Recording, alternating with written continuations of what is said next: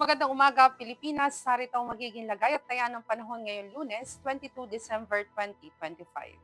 Tatlong weather system ang patuloy na umiiral at makakaapekto sa ating bansa. Sa may silangang bahagi ng Northern at Central Luzon, naasahan natin ang patuloy na pag-iral ng shear line at sa ibang nalalabing bahagi ng Northern Luzon, naasahan din natin ang patuloy na pag-iral ng Northeast Monsoon o hanging amihan.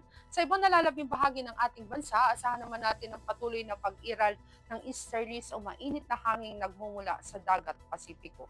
Dulot nga ng shear line, naasahan natin ang patuloy na maulap na kalangitan na may kalat-kalat na pagkulog pagkidlat, partikular yan dito sa Isabela, Quirino, maging sa Nueva Vizcaya, Nueva Ecija, Kalinga, maging sa Mountain Province, sa Ifugao, gano'n na rin sa Aurora, maging dito sa Bulacan, Rizal at sa Quezon.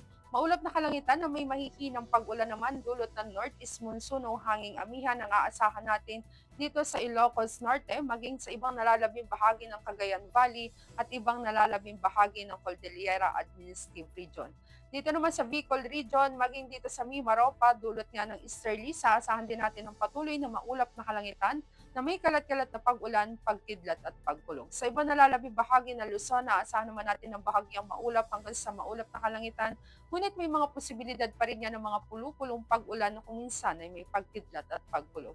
Ang buong Kabisayaan, naasahan din natin dulot ng easterlies ngayong araw ang patuloy na maulap na kalangitan na may kalat-kalat na pag-ulan, pagkidlat at pagkulong. Dito naman sa Mindanao, particular dito sa may Dinagat Island at Surigao del Norte, asahan din natin dulot ng easterly sa maulap na kalangitan na may kalat-kalat na pag-ulan, pagkidlat at pagkulog. Samantalang sa iba nalalabing bahagi ng Mindanao, aasahan naman natin ang bahagyang maulap hanggang sa maulap na kalangitan, ngunit may mga posibilidad pa rin ng mga pulupulong pag-ulan na kuminsan ay may pagkidlat at pagkulog. At para naman sa flight level wind chart, kung ating makikita dito sa 2,500 feet flight level, nananatili pa rin malalakas ang bugso ng hangin mula sa northeast. Dulot nga yan ng northeast monsoon na umaabot ng 30 to 40 knots dito sa may extreme northern Luzon. Samantalang dito naman sa Kabisayaan, kung ating mapapansin, nasa katamtaman ng lakas ng hangin mula sa east to northeast at dito sa Mindanao, aasahan din natin ang katamtamang lakas ng hangin na umaabot naman ng 10 to 20 knots. Samantalang dito naman sa 5,000 feet flight level, aasahan natin patuloy dito sa may extreme northern Luzon ang malalakas sa bugso ng hangin na umaabot pa rin ng 30 to 40 knots. Samantalang dito naman sa Aurora at Isabela, may mga pagsasalubong ng hangin na magdudulot yan ng shear line formation.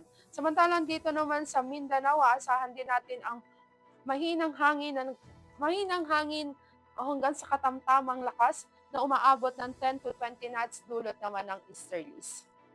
Dito naman sa 10,000 feet flight level, ang ating makikita, inaasahan pa rin ng katamtaman hanggang sa malalakas sa bugso ng hangin dito sa may northern Luzon. Samantalang dito naman sa central at southern portion ng Luzon, aasahan din natin ang katamtaman lakas ng hangin mula sa silangan patungo dito sa Hilagan Silangan. Samantalang dito naman sa Visayas at Mindanao, asahan naman natin ang mahinang hangin na may lakas na 10 to 20 knots. Samantalang dito naman sa 18,000 feet flight level, nananatiling katamtaman hanggang sa malakas ang bugso ng hangin dito sa may northern Luzon. At dito naman sa iba nalalabing bahagi ng ating bansa, nasa 10 to 20 knots ang aasahan na nagmumula pa rin sa northeast to east ang hangin.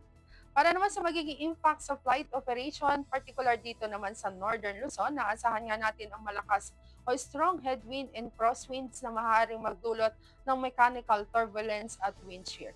Ang magiging impact nito sa flying operation, naasahan natin magkakaroon ng increase sa take-off at landing distances. Samantalang dito naman sa central at southern portion ng Luzon, particular naman yan dito sa Aurora at Isabela, aasahan natin ang wind convergence na maaaring magdulot ng shear line formation, low level to mid level wind shear at saka localized turbulence. Asahan natin na magiging impact nito sa flying operation, posibleng magkaroon ng unstable approaches or departures at in speed fluctuation. Samantalang dito naman sa Visayas, inaasahan natin ang light turbulence at paminsan-minsang convective activity. Generally, magiging impact nito sa flying operations, maganda naman ang flying conditions over Visayas. Samantalang dito naman sa eastern portion ng Mindanao, maaaring makaranas ng katamtamang turbulence na dulot ng coastals and mountains effects. Samantalang ang magiging epekto naman nito sa flying operations, aasahan natin posibleng makaranas ng crosswinds. Samantalang dito naman sa ibang nalalabing bahagi ng Mindanao, asahan natin ang isolated turbulence at ang magiging impact nito sa flying operation, minimal operational impact kung saan ito mas suitable dito sa BFR at IFR flights. Samantalang ang araw ay sumikat kanina ng 0617 at asahan natin lulubog dito sa Metro Manila sa ganap na 1733. Para naman sa ating moon illumination, meron tayong 5% increasing. At yan ang latest update natin sa weather. Para manatiling updated sa lagay at taya ng panahon, i-follow lamang ang Air Force Weather Center sa aming mga social media accounts. At sa ngalan ng aming commanding officer na si Colonel Alvin John Cugador, Philippine Air Force General Staff Corps, I'm Staff Sergeant Jessa C. Cuenca, Weather Broadcaster ng Air Force Weather Center. Muli magandang umaga, Pilipinas.